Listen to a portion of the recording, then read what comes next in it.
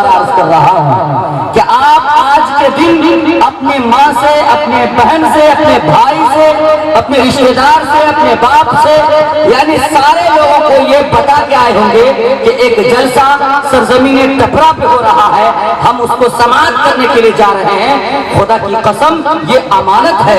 قرآن فرماتا ہے وَتَعَاوَنُوا عَلَى الْبِرِّ وَالتَّقْوَىٰ وَلَا تَعَاوَنُوا عَلَى الْإِثْمِ وَالْعُدْوَانِ۔ لوگوں مدد کرو نیک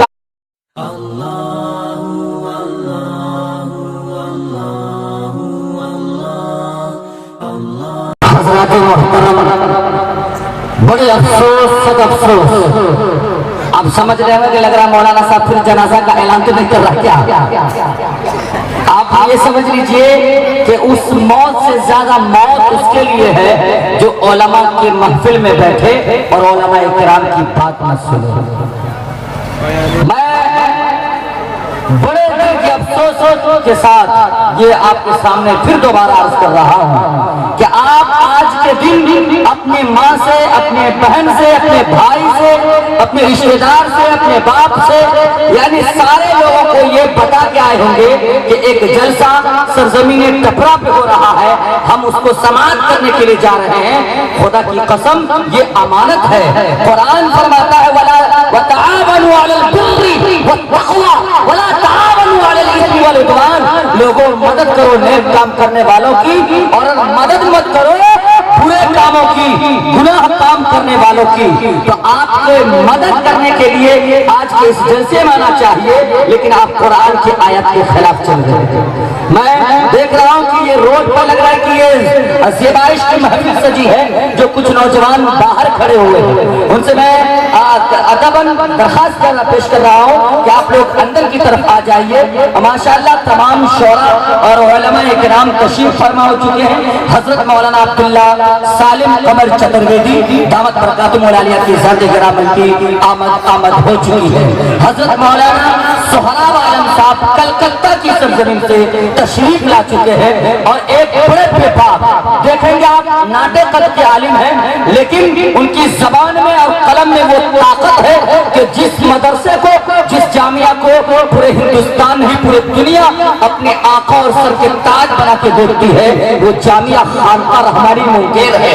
جس صحن چمن میں ایک امیر شریعت کی زندگی گزر بسر ہو رہی ہے، اس جگہ پر حدیث کی کتاب پڑھانا ایسے ویسوں کا کام نہیں ہے۔ یقیناً اس کو اللہ نے صلاحیت سے نوازا ہے۔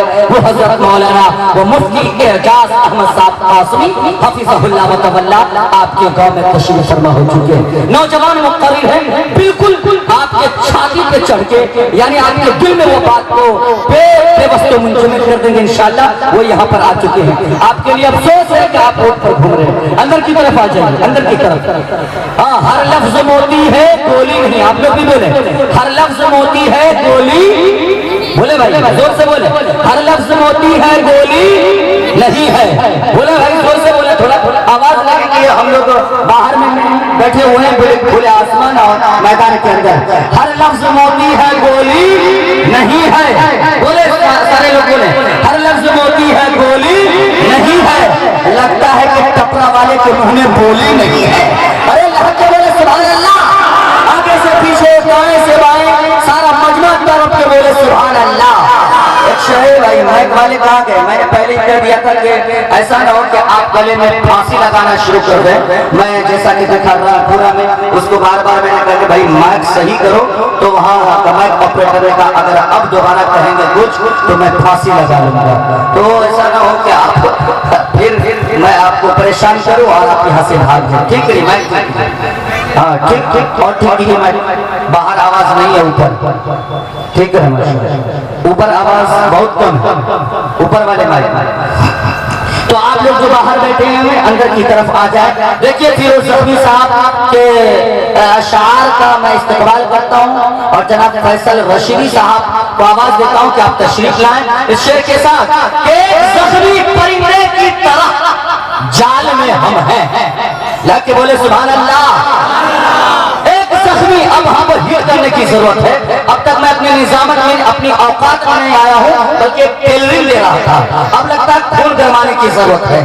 ایک زخمی پرندے کی طرح جال میں ہم ہیں، اے عشق ابھی تک تیرے جنجال میں ہم ہیں. یا کہ بولے سبحان اللہ. ایک زخمی پرندے کی طرح جال میں ہم ہیں، اے عشق ابھی تک تیرے جنجال میں ہم ہیں. اب آپ کی مرضی ہے سنبھالے نہ سنبھالے، اب آپ کی مرضی ہے سنبھالے نہ سنبھالے. ارے خوشبو کی طرح آپ کے رومال میں ہم ہیں. سبحان اللہ.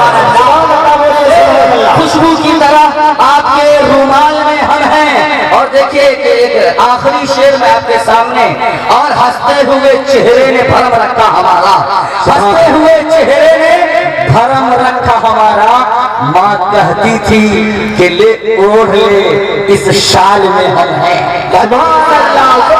بولیے لے اوڑھ لے اس شال میں ہم ہیں. حضرات گرامی، میں یقین کے ساتھ کہہ سکتا ہوں کہ آپ جس مزاج کے لیے جانے جاتے ہیں، اب تک مجلس کے اندر وہ چھاتی میں ٹاور اور پاور نہیں آ رہا ہے. لہٰذا کہ بولے سبحان اللہ. سبحان اللہ. نعرہ تکبیر، نعرہ تکبیر، اللہ اکبر، تنویر ساکی صاحب زندہ زندہ باد. میرے نام بھائی زندہ باد بولیے بھائی. حضرات آئیے، اب میں سمجھ رہا ہوں کہ آپ تقریر کے لیے چاہ رہے ہیں، تقریر کی دنیا میں آپ اپنے قلب و جگر کو رکھنا چاہ رہے ہیں. اس لیے میں چاہتا ہوں کہ اب نعت نظم کا دور ملتوی کر کے تقریر و خطابت کے میدان میں قدم رکھوں. آپ جانتے ہیں کہ تقریر کا ملکہ خداداد صلاحیت کے ساتھ ساتھ فن اقتصابی ہے. اس میں تھوڑی سی محنت سے آدمی اچھا خطیب بن سکتا ہے، جس کے لیے قرآن و حدیث پر عبور، حکایت و واقعات پر دسترس اور اچھے اشعار پر گہری نظر رکھنے کی اشد ضرورت ہے. خطیبوں نے بڑے بڑے کارنامے ہر میدان میں انجام دیے ہیں. اچھا مقرر سماج پر اچھا اثر ڈال سکتا ہے، انقلابات کا رخ موڑ سکتا ہے، پختہ ذہنوں کو بدل سکتا ہے، سنگ دل کو پگھلا سکتا ہے. چنانچہ آج دنیا سیاست و اقتصادیات میں بھی ایک سے ایک دھواں دھار بھاشن دینے والے نیتا موجود ہیں، لیڈران موجود ہیں، حکمران موجود ہیں، جو اپنے بیان سے ہر کس و ناقص کے دل کے اوپر حکومت کر لیتے ہیں. تو آئیے یہ تمام مذکورہ بالا باتوں کے تمثیلی گفتگو کرنے کے لیے ایک ایسے شخصیت کو میں آپ کے سامنے روبرو کرنے کی جسارت کر رہا ہوں. حالانکہ ان کے چہرے سے میں پرکھ رہا ہوں کہ غم و الجھن کا دور، اس کے سر پہ جو سما ہے، میری ہمت نہیں ہو رہی کہ اسے میں ضمت خطابت پیش کروں. لیکن وقت یہ کہہ رہا ہے کہ آپ یہاں آئے ہیں تو آپ کو آنا ہی پڑے گا. ایک شعر کہ خطابت وقت میں آئے تو پھر ہتھیار بن جائے. کہ بولے سبحان اللہ. تو پھر ہتھیار بن جائے، کبھی خنجر کبھی نیزہ کبھی تلوار بن جائے. خطابت کی گلفشانی مسلم ہے زمانے میں، یہ نجاشی کے آگے جعفر تیار بن جائے. سبحان اللہ. حضرت مولانا محمد کونین عالم صاحب دامت برکاتہم